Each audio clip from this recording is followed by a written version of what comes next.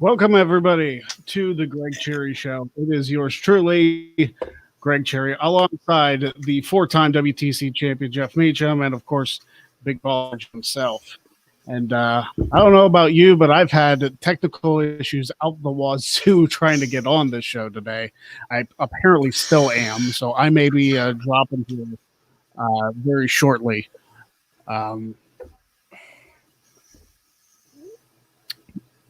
Hopefully I'll get it figured out here, but I think the wrong time to restart my computer. I'll just say that much. Yeah, it's like the most recent shirt you did for me says. It is what it is. Yep. That's very true. I'm all out of sorts because, like, not that I'm the most skillful planner in the world, but I normally have like at least 5 or so minutes to prepare, and this one I had about 5 seconds. So yeah, there is a reason for the kind of show we're doing today. On today's show, you guessed it, we're going to talk about whatever we want. It's one of those shows that we're talking about today. Oh yeah. And also, in lieu of Weird Law Wednesday, because I think we hit pretty much all the states, a special Greg Cherry brand announcement is going to happen. I'm sure a lot of you can allude to what that might actually be, but I'll address that and confirm that later on. And of course, the Wednesday Q&A. Everybody enjoys the Wednesday Q&A. Absolutely. So we're going to talk about whatever the frick we want to talk about. Well, I got some news. I just watched the end of the most recent Quizlemania, which is probably still going on, if we're being honest. And Sean Ross Sapp dropped the title. What? I was pretty shocked to now 2-time champion Tempest. Okay. So good on you, Tempest. You won that one. Very nicely done.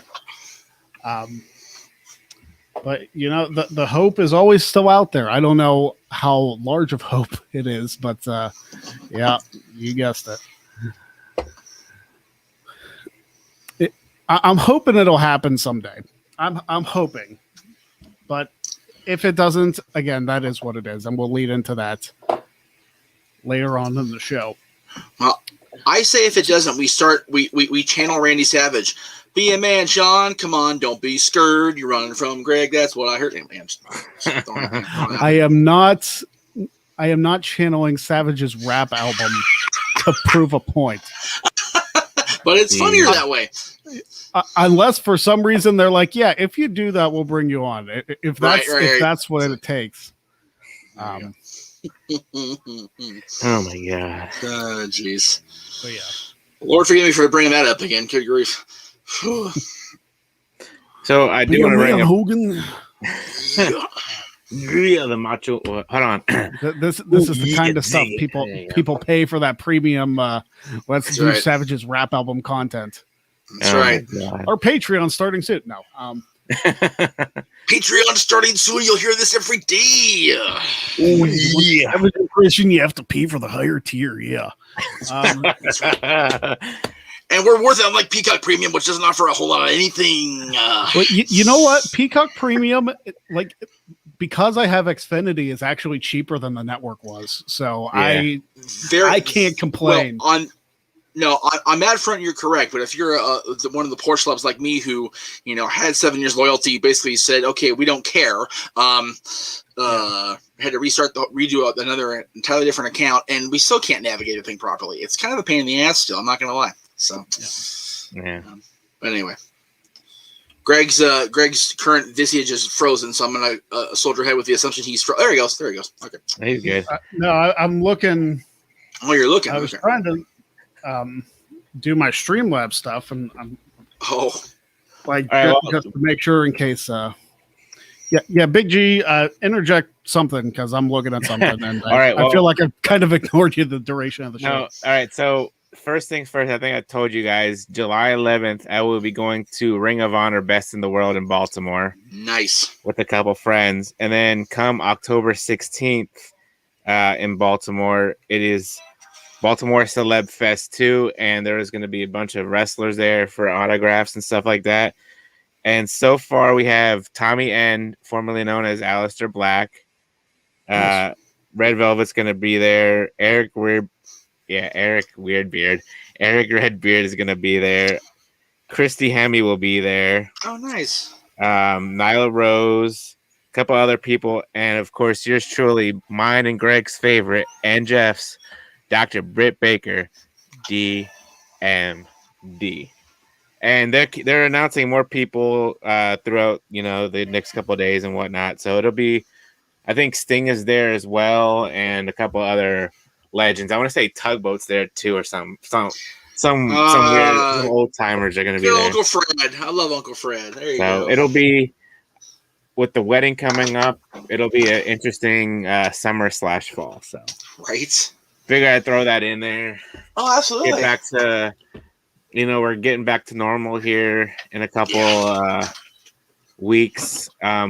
Greg, how is the cicada music going on up there? I have no idea what you're talking about, if I'm being completely honest.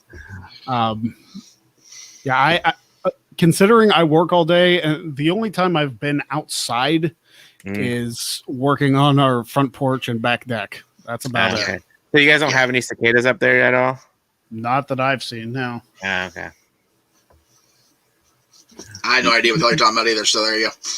I know that, I believe that Daisy was dealing with that down in Florida. Yeah, she was I think so. Lots of issues. Yeah, the weather is starting to act like the rest of the world is starting to get back to normal, whatever that means for that part of the world. And the crazy weather like that's very much normal. So there you go. Right. All I know is as of next Tuesday, us Californians are out of the cage, off our leash. We can pretty much just go out without a mask and whatever. So we'll see how long that lasts. Because if time and history are proving anything, we Californians ride the back of that short bus. When it comes to doing things properly the first time. So we'll see how it plays out. Yeah. Yeah. Fortunately, like the biggest problem with outside right now is me dealing with the pollen. That's my biggest. Yep. That's my biggest issue. It's cicada central down here. I tell you what, it's just like nonstop buzzing, and I've had so far, I want to say, a good 5 or 6 do a kamikaze into my windshield.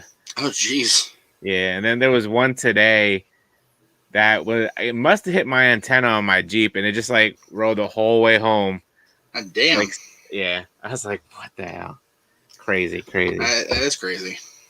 So, and for more talk about fun stuff like this, donate to the Streamlabs link below. That's right. Patreon imminent. Oh, yeah. Yeah. Oh, gee. So, I haven't been paying a whole lot of attention to baseball. I just know that the Yankees are starting to look like the Pirates now, and it's not, and that's not not a positive thing because the Pirates are looking more piratey than ever this year. Oh, so, and I'm glad Jen's not here because she actually likes the Pirates. So we all have our faults, right? Yeah, it's kind of weird. It's kind of a weird time for baseball right now. I know, everybody's they're gonna start getting fans back in beginning of July. Yeah. So right around the All-Star break, which is kind of perfect timing. Right. Yeah, I mean, you figure you want a hot, lively crowd for the All-Star game, the Home Run Derby, and then post All-Star game, it's that March of the postseason. So you want the people in there for that, Yeah.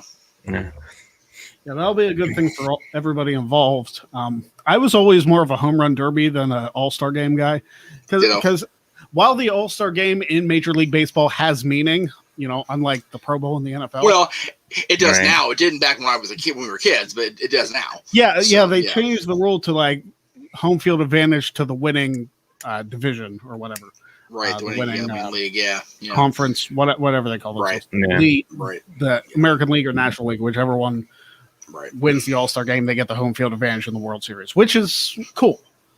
I wish they would do something like that in the NFL. Like, hey, next year's Super Bowl is going to be in an NFC stadium or an AFC stadium or something like that.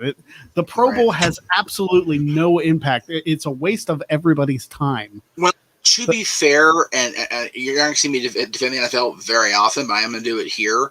The Pro Bowl, when it takes place, is very, very untimely because it's after the conference championships and the week before the Super Bowl. So guys that are playing the Super Bowl that make the quote-unquote all-star teams, they don't want to get hurt the week out. They want to make sure – and football is such a much more likelihood of getting hurt in one game than the NHL or the or Major League Baseball or the NBA. I mean, all the sports have all-star games. So I see a team's lack of desire to do an all-star game that close to the championship game. However, on the negative side, how do you have an all-star game for a season halfway through the season? It makes no sense. Yeah, so either everybody does it or nobody should do it. And if you're going to do it, if every league's going to have the all-star game toward the end of the season, then give a decent amount of time between the all-star game and the Super Bowl.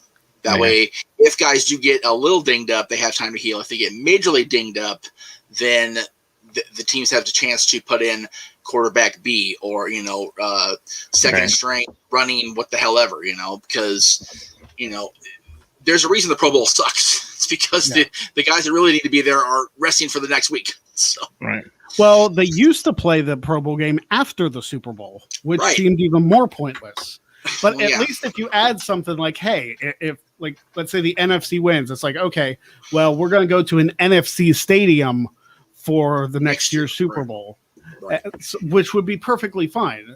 Right. To the NFL's credit, they do something well. If a team makes the Super Bowl, the players that make the Pro Bowl team don't have to play because they have to prepare for the freaking Super Bowl. So that at least makes sense to me. Definitely. It doesn't make sense otherwise, the fact that the game exists.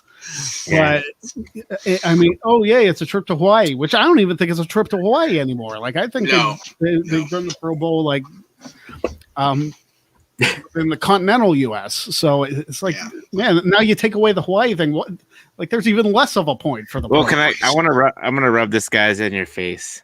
I'm going to rub this in your. When I did live in Hawaii in 2004, I believe. Cut him off. He's fired. We did. We did go to the Pro Bowl when they were still in Hawaii for the 1 year, and then, I want to say, how long is it? I'm trying to think the last time they were in Hawaii because it's been a while. It's been a minute. Yeah. I know. After they left Hawaii, it just like became useless because. You had, they were making money in Hawaii. You had people traveling to Hawaii, going, sightseeing and stuff like that, and then going to the Pro Bowl and watching the game. And now it's like in a different state. And I think a couple years ago, you had like different coaches for them and didn't really make any sense. And now I think they finally went back to the AFC and NFC. Oh, that's right. They did do like a draft of players, which was even more confusing. It's like, how are we even supposed to follow that? Yeah, it was so weird. Yeah. And then this past year, I think, might have been even last year, that they did a video game simulation of the Pro Bowl. It's like, are you guys even trying anymore? Right. I understand last year the reason for it because, pandemic, but like, man, the Pro Bowl just has like zero importance. Plus it's the same day as the Rumble, so obviously. Yeah. And to be honest, I don't think I've watched the Pro Bowl ever since I watched it that one time when I went there live. Right. And then I don't know if I told you guys this, but come October when the Steelers play the Seahawks, I'll be going to my first official Steelers game up there in Pittsburgh. That's very. Now, is that your first official NFL, not counting the Pro Bowl? Yes, first official NFL game. Nice, tremendous. So NFL games are fun to go to. I've been to a couple. so it's Yeah, I've nice. I've not been Steelers to a against the- regular. Yeah. I was gonna say I went to a Monday night game, the Steelers against the Ravens Oof. in their Super Bowl season. That was kind of cool in 2005. And then Nice. I took Jen to a Steelers Browns game in December in Pittsburgh. Well, there you Cold as freak. go. No, I'm sure. Like I had 2 pairs of socks on each foot. Oh, I believe it. Like it was that cold. But it was fun. It was a lot of fun. Got to watch Polamalu pick off a pass. Steelers won that game. Steelers have actually won both games I've been at, so that's cool. There you go.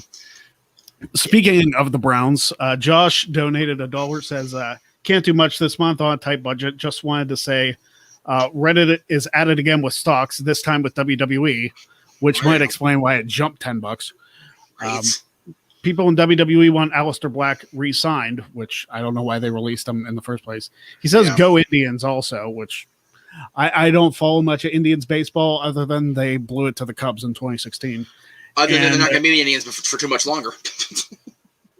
Yeah, Right. the Cleveland baseball team. That's right. And of course, number 4, hashtag Cherry for Quizlemania. Thank you, Josh. There we go. Can we call the team then CBT for now, just to make fun of me more? The CBT. The baseball team, yeah. CBT. Why not? CBT. Oh my Jesus. I'm just saying. I wonder. I'm trying to.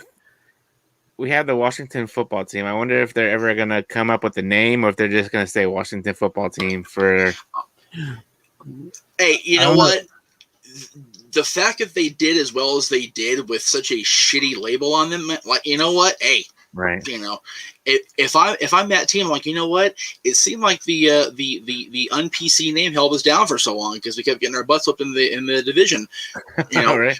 We almost won the friggin' division. Well, I doubt the team name had anything to do with that. Well, like we've said many times on the show, to be fair, the being the NFC East champions is like being the freaking, the head turd in charge, like for real. So, right. So we'll see. Hopefully, it's a better division this year because my goodness, what a rough season it was. Couldn't be worse, Jeff. Oh, yes, it could. Oh, yes, it could. That's the sad part. It actually could.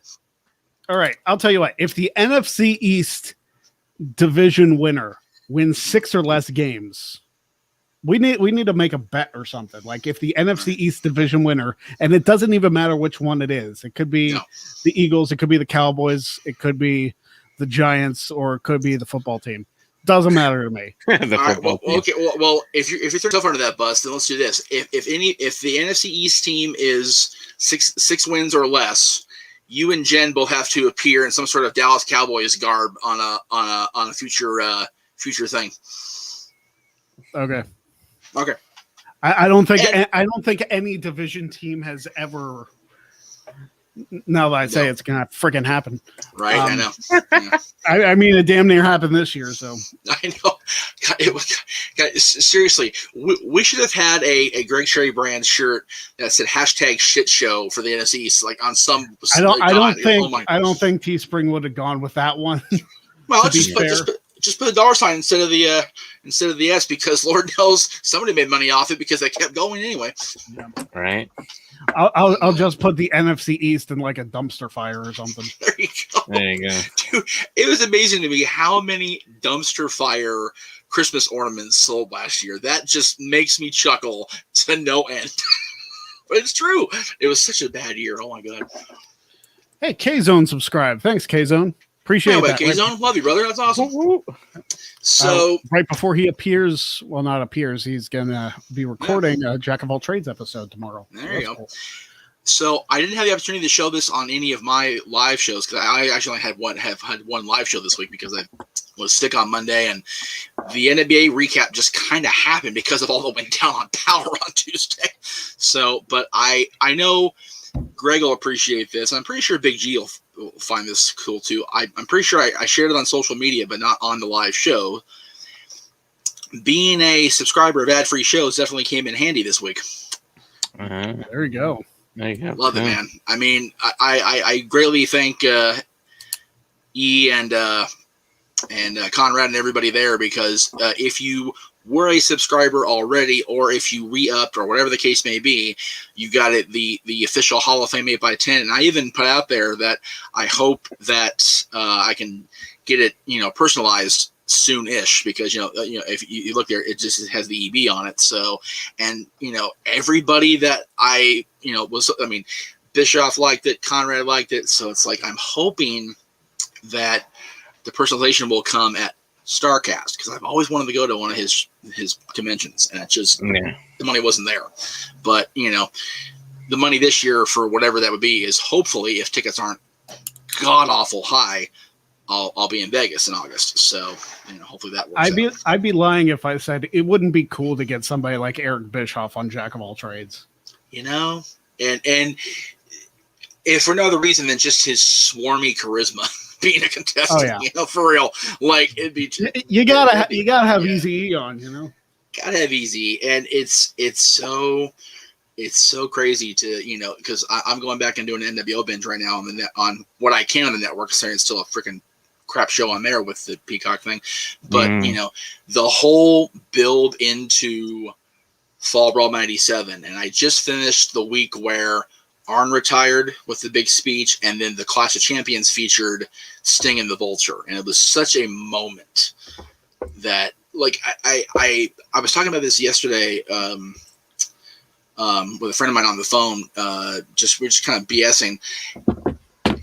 Just think, if they would have done in '97 what they did in '90, or they're trying to do '99 with Goldberg being fed the heel and the machine. Can you imagine Sting against those top NWO people? I'm being like, Hall, Nash, Savage, Walton before he got injured, Kurt Hennig when he turned, just lead up, like have him take him down one at a time, and then have the payoff, of course, be Starrcade and Hogan. Right. And just, if Sting had been in shape like he was supposed to be and didn't show up lesser than, like you talk about all the books, man, what a difference it could have been for the company and for the NWO storyline in particular. I think it would have been tremendously, like, leaps and bounds better than what we got. And, we all saw how it went after that in '98. Right. But I mean, it was looking back at that Starrcade '97 match. It was that. There are no words to describe it, because my dad and I, we ordered the Starrcade pay-per-view, and we watched such classics as Eric Bischoff against Larry Zbyszko, and Zbyszko, hey, Pittsburgh's own. But watching that match and hey, that was a regular count, and Sting just got beat. Yeah, It was such a weak finish, and it kind of encapsulated some of the stuff that was wrong with WCW. Right. Because had they actually done the fast count and then done the reversal, I don't think the finish would have been as bad. No, and when you think about everything that went down immediately and then subsequently, the whole point of that was they were going to turn Nick Patrick back heel. And if you watch Nitro the next night and to watch the overrun that they showed on Thunder, he did. He basically helped Hogan get the title back, and then they, did the whole thing where they held the belt up, and Sting told JJ he's got no guts, and he spoke for the first time. And then at Super Brawl, because of the botched finish, rather than stick to their guns and have Nick be the heel in the very end, Nick called it straight, and Hogan's going, "Brother, it's me! Like, what are you doing? Why aren't you helping me?" So, Greg, you and I talk about all the time, and JJ talk about all the time. One thread pulled changes everything. Yeah. So, two things in that match: if Sting shows up ready to go, and if Nick actually counts three counts in 2 seconds, changing the world. Yep. This guy Experience donated. Thank you very much, sir. He says, "How would you guys book Shane versus Brock from the angle started at SummerSlam 2016? Hope you guys are doing well." With Randy. Like the aftermath with Brock F5ing Shane. That would probably be everybody would be like, "Oh man, that'd be a squash. Shane would get his ass kicked." Yeah, Shane would get his ass kicked. But you know what? I would love to see it, because Shane would give it right back to Brock. Yeah. Right. I mean, on the show, everybody knows how much of a Shane O'Mark I am. Oh yeah. So, Oh yeah. There you go. Right. There's a Teespring jersey on that, by the way, Greg. Shane O'Mark. Shane O'Mark, yeah. I'll work on it. There you go. Just saying. And all about that marketing, brother. There you go. It is about that marketing. Got to get those T-shirt sales up. Yes. How else am I supposed to afford the Parts of Unknown Patreon? Only fans that know. Buy a shirt. Buy this shirt and make Greg not have an only fans. Help us, please. Buy a shirt, super chat, do all that. Right now. Buy a shirt. There's a shirt right there. Buy a shirt, super chat, do all that. He's rattling them off today. He's just one by one. Just donate straight to the PayPal, whatever. Give us money. Josh is down for it. I knew he would be. Yes. I gotta make that. I gotta make that shirt. Or yes, for sure. If Teespring, I guess they're just spring now. If they do whatever. jerseys, like custom jerseys, dude, gotta do it all day, all friggin' day. Yes, but with Shane and Brock, it's one of those things where you never expect Shane to do the things that Shane McMahon does. Then he does them, and you're like, why do I keep doubting this guy? Why am I pulling, holding back? Why would I do that? He would definitely get his ass handed to him, probably worse than my boy John got handed to him in SummerSlam, in 2014. Right. But Shane would definitely take the beating like a man, without question, and he'd definitely give it to Brock as much as he could. Mm-hmm. Right. So Brock probably wouldn't have any of the punches though. Like he probably gives right back. Well, no, because when Shane tries to throw his, notorious McMahon punches, Brock be like, "Fuck out of here!" Yeah. Right. I mean, we saw how the Rumble 2018 went with Lesnar and Strowman. Oh, well. So wait, you mean the guy that won't come back and the guy got released? Yeah. Okay. Yeah. Just so bogus. Well, did you see the story today? I don't know the verification of it, but he was asking for like 5 figures to work the Indies. Yeah, and I'm like, in one hand, I'd be like, dude, you're never going to get that on the Indies unless somebody's a money mark. But at the same time, I'm thinking to myself, you know what? If you think you're worth that much, demand that much. Like you shouldn't take less than you think you're worth. So I'm kind of split on it. Like I understand what he's saying, and if he's financially comfortable and doesn't have to work the shows, it's really his prerogative to ask what he wants. It's like he's not going to get out of bed for less than this. It's like, right? Hey, he just made event the last pay-per-view before he got released. Right? So. Yeah. If Adam is comfortable with, money wise, and he doesn't want to worry about or doesn't feel the need to go back to work, for less than. Don't, dude. Nobody knows you're worth more than you. Right. And if you feel you're worth, 10 G's or more, shit, go for it. I wish I could say that and just be like, hey, yeah, you want to book me on your show? $10,000. That's right. Minimum. I probably wouldn't even be able to pull $10 at this rate. So, yeah. Now, it's funny we're talking about money because the other thing I wanted to kind of put out there that I'm trying to manifest and make a reality. Some of you guys know about this as far as the kids that are in the private chats with me, but I am trying my damnedest to make this a reality. So I'm putting it out there again. I've sent a request to him privately. I've sent, a public tweet to him, man. I want this to be a thing, especially now that he's back. It seems like he's participating full time now with NXT. Yeah. So, I've been such a fan of his for so long, and now that he's got the whole petition up about make his championship reign verified, documented or whatever. Like, dude, I would love to have Ted on because I want to have Ted on when I took that picture 10 years ago. So I mean, I just put it out there, kids. Put the feelers out there. The good vibes. The good vibes. Bring the $1 Million Man to the Jeff Meacham Network, please. Yeah, we're trying to make stuff happen. So yeah. Speaking of which, they need to put the rocket on Cameron Grimes and send him literally to the moon. To the moon. To the moon. Yeah, and I don't mind my boy LA Knight being the fall guy if it means DiBiase's with Cameron Grimes full time. I'm okay with that. Yeah.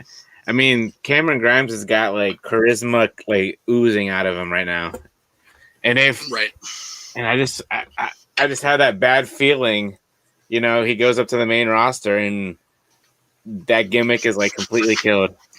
Well, if the rumors or whatever you want to believe are true, and that, you know, they don't have to go up if they don't want to, Cameron Grimes is $1 million champion at NXT is great because the NXT crowd already loves him.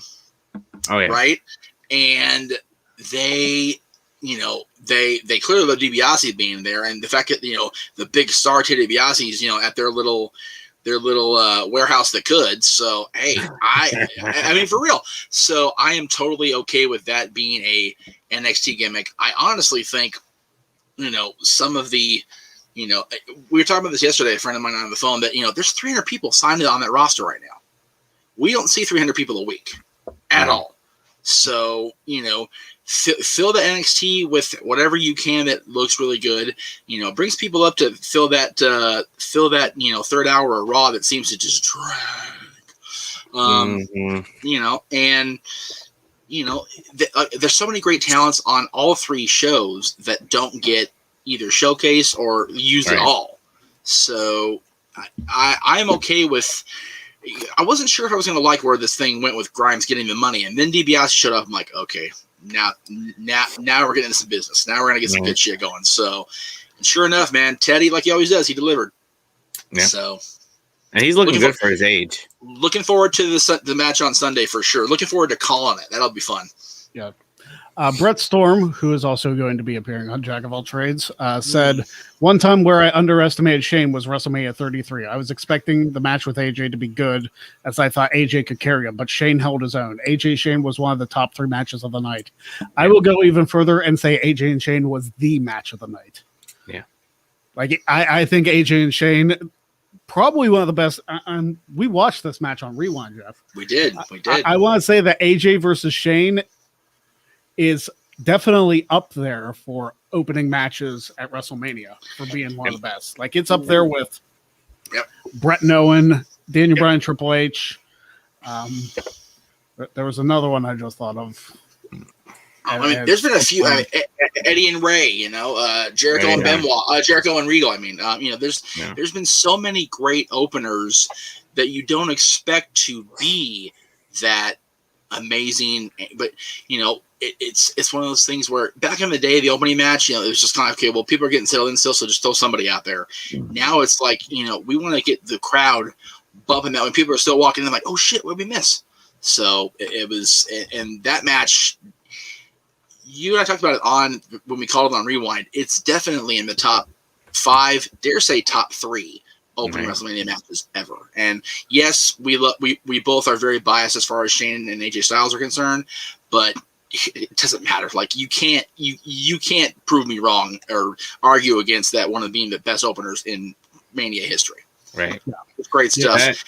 I thoroughly enjoyed that match too. I mean, it's been a couple years since I watched it. I might have to go back on Peacock and watch it. So, but that was one of the better matches or opening matches that I can remember in recent history.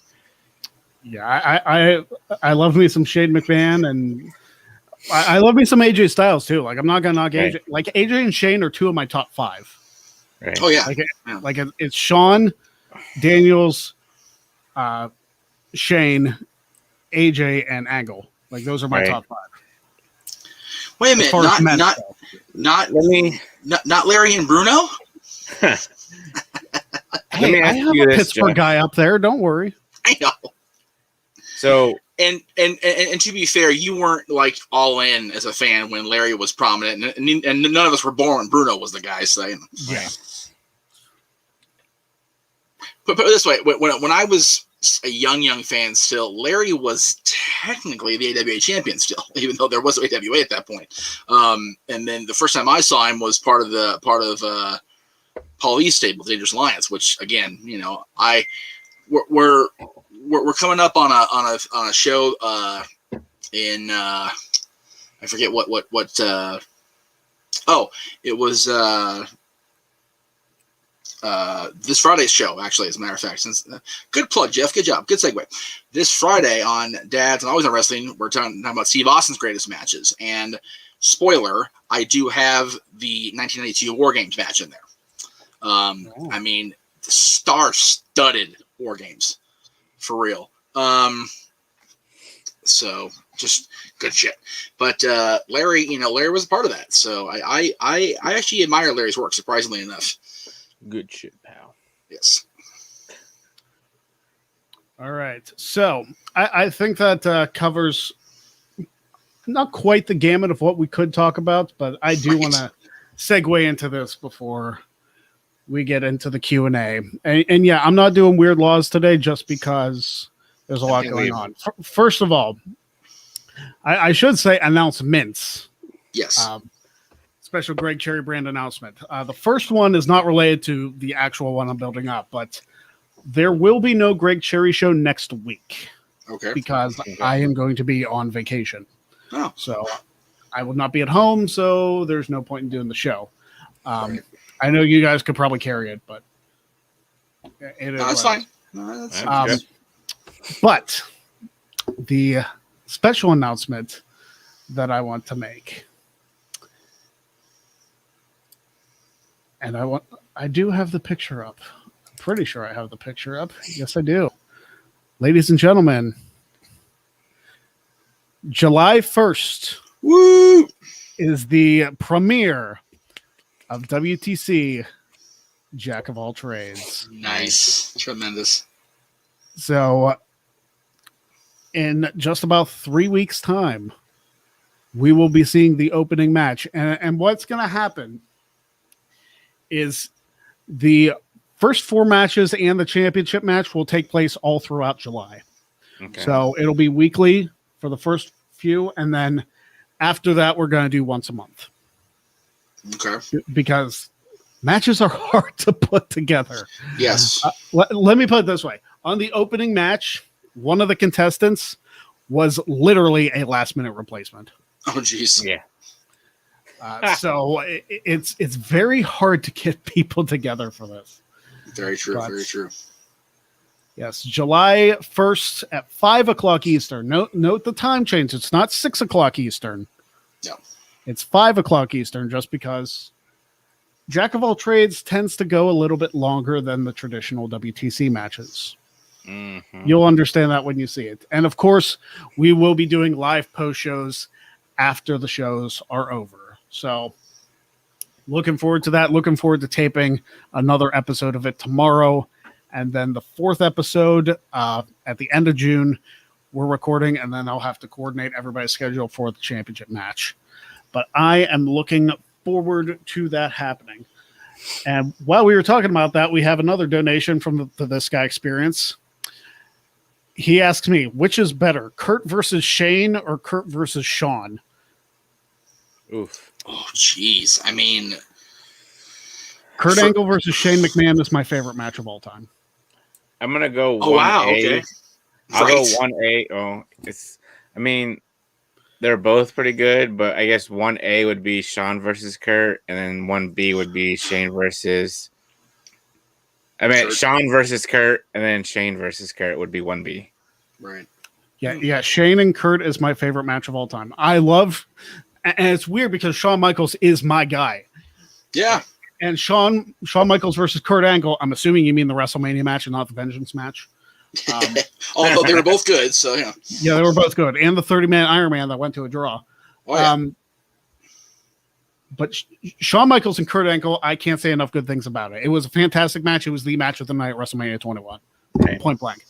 Yep. But the story of Shane and Kurt and the absolute brutality that both of them went through, Yes. far and away my favorite match. Right. Yeah. I love that match. I know it's weird to have Shane McMahon in my favorite wrestling match of all time, but I don't care because it's awesome. There's a reason they did a WWE Untold documentary about that match. Yep. It was so Agreed. good. 100% agreed, brother. Crazy.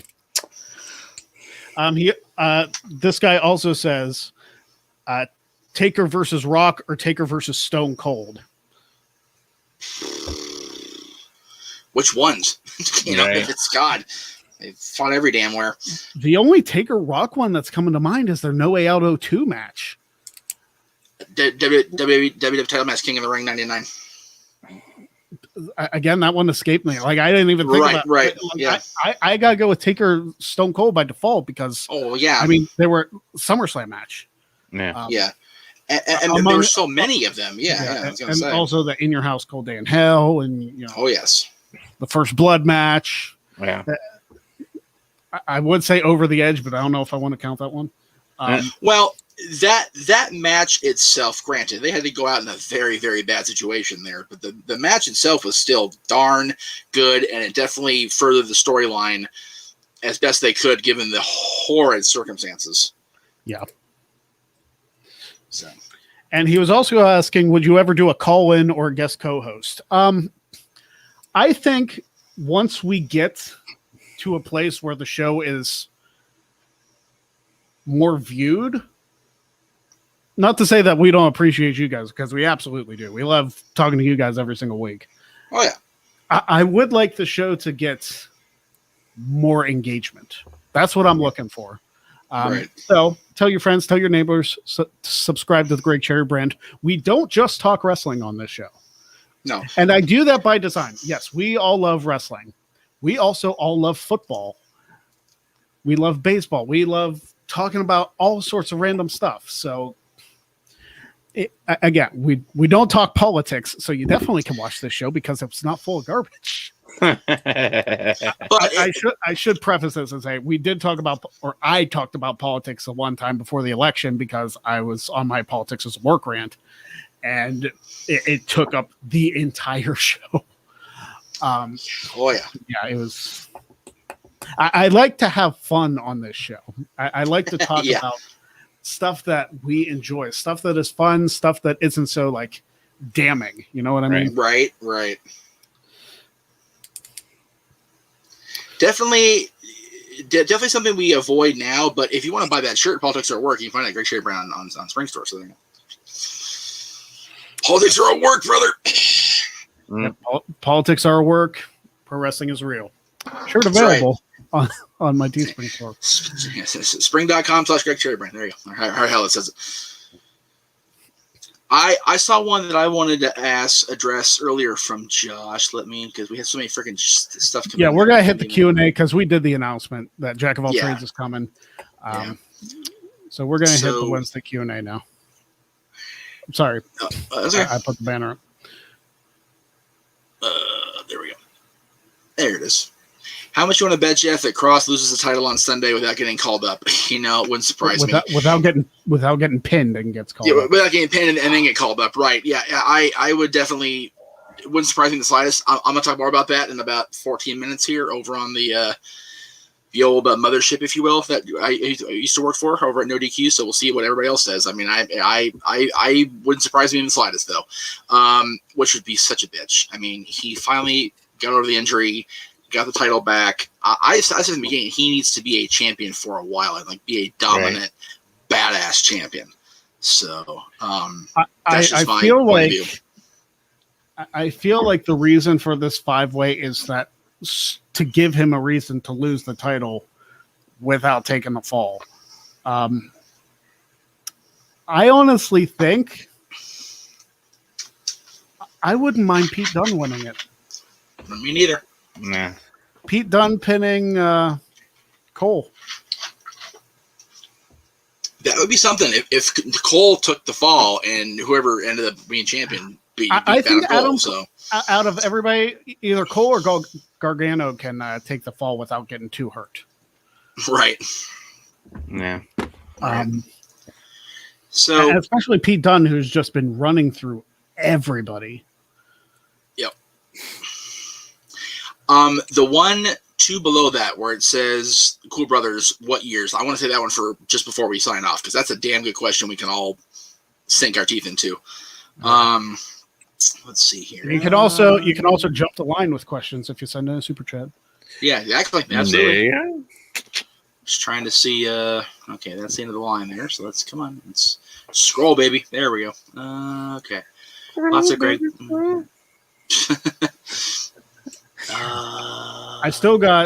I actually have to record a couple videos for a round tomorrow of Jack of All Trades, which is a round that Big G did not see because it's a round I haven't done before. Right. But for episode 3, I'm doing a very special round. I don't want to explain what it is, but it's actually something that's like personal to me, if that means anything. So I'll explain that when I actually record the show. So Cody Raines says, for Q&A, thoughts on Mike Tyson's Legends Boxing League? And Greg, if you're down during football season, I'd love to do a Notre Dame podcast with you. Ooh, there you go. That would be fun. As far as Tyson's Boxing League, we've talked about Tyson on a lot of my shows and a lot on Aaron's show as well. He is the character he is, right? And he is the person he is, and he's still in WWE Hall of Fame. He's still a contributor in AEW, and people don't really seem to vilify him the way that many people think he should be vilified. So if he's able to make money and keep himself under control and behave himself, dude, go for it. Like, really, from my point of view, I don't know.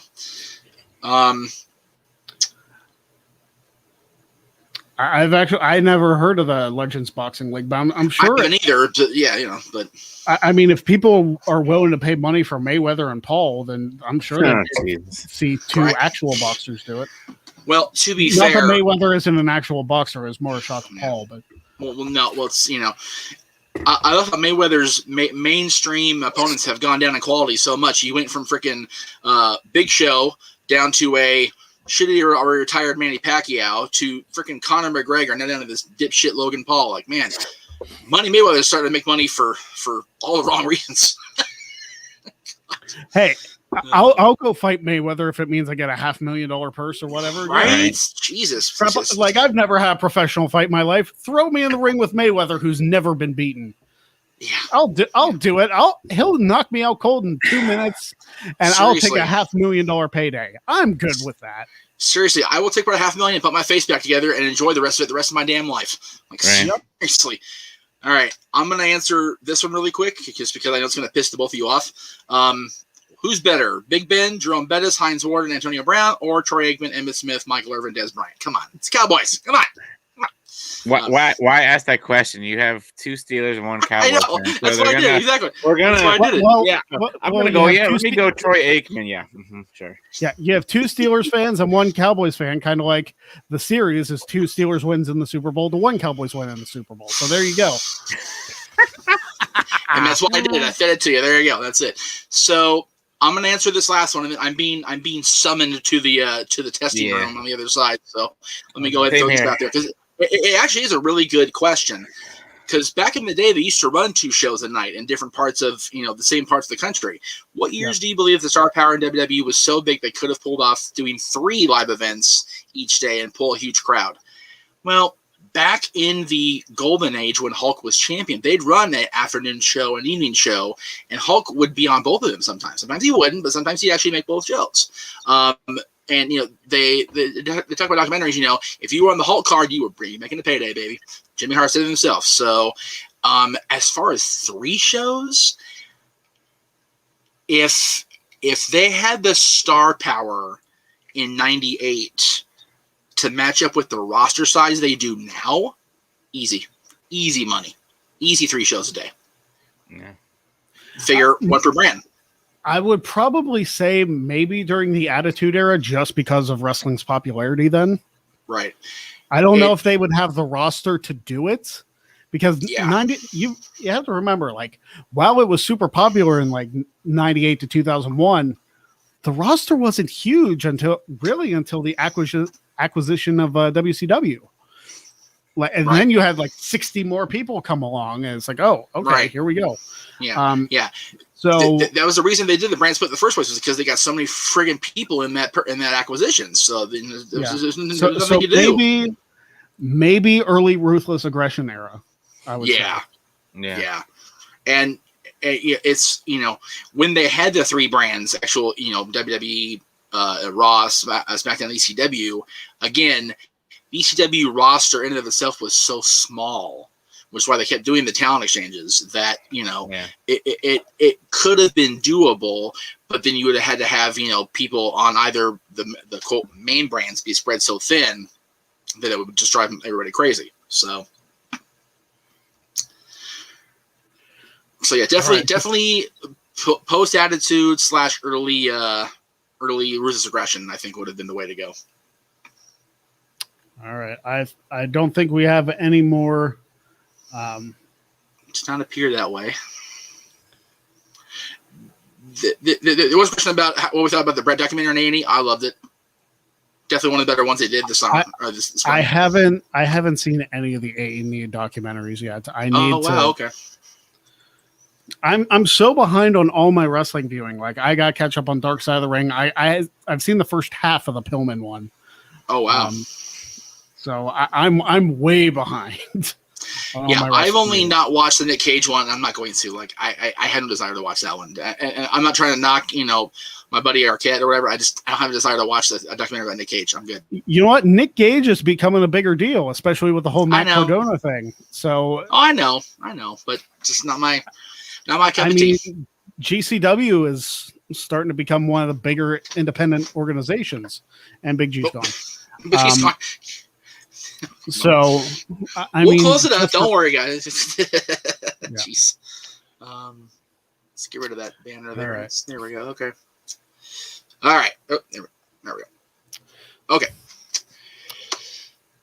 Well, that is going to do it for us. You say you got to get going over there, and like I said, I'm gonna try. I'd like to stay here and talk with you all afternoon, because we just get bullshit. I mean, we lose track of time. You and me, me and JJ, whoever. But yeah, I did get volunteered into the service, if you will. But I will say this: I'm looking forward to what's coming in the weeks to come with Jack of All Trades and the Greg Cherry Show coming back 2 weeks from today. Gonna be it'll be cool to have a week off that way, because Wednesday next week I actually have a lot of stuff going on that has nothing to do with this. So it's going to be a busy day for me anyway. So it's actually kind of good that we're not doing the Greg Cherry Show next week. So very, very cool. But I thank you for letting me join in with you. Sorry about last week again. Just felt like crap and just didn't get out of bed in time. So I'm sorry about that. It happens. I got to get prepping, and this guy, thank you for your next dollar donation. He does say, after seeing Aaron's review for this week's Raw, can you tell me why Lashley isn't in the main event segment like most of the previous WWE champions, but somehow Bliss is? I feel like, and this is real quick, Alexa Bliss is in those main event segments simply because... Right. Shut up. Bliss is in those main event segments simply because... they have the Thunderdome space and they can do all that ridiculous stuff. So they can do that ridiculous camera work and the overproduced segments as the main event segment, as opposed to having the WWE champion, which I think is ridiculous. It is. That Lashley isn't main event in the show or in like a tag match or something. I do think it's kind of nuts, because you want your focus to be on the WWE champion. Which is why the magic trick stuff didn't work at WrestleMania, because they didn't have that contained environment. Like it was a big old fart in church, which is why the character's been so crapped upon since.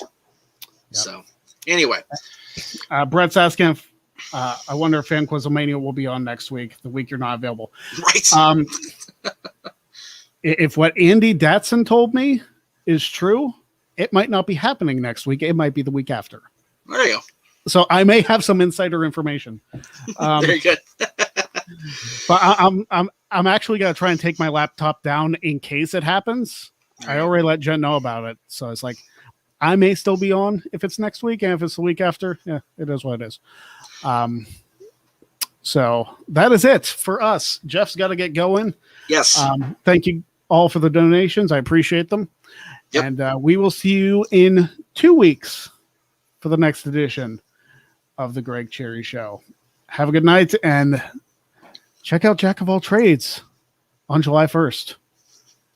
Have a good night, everyone.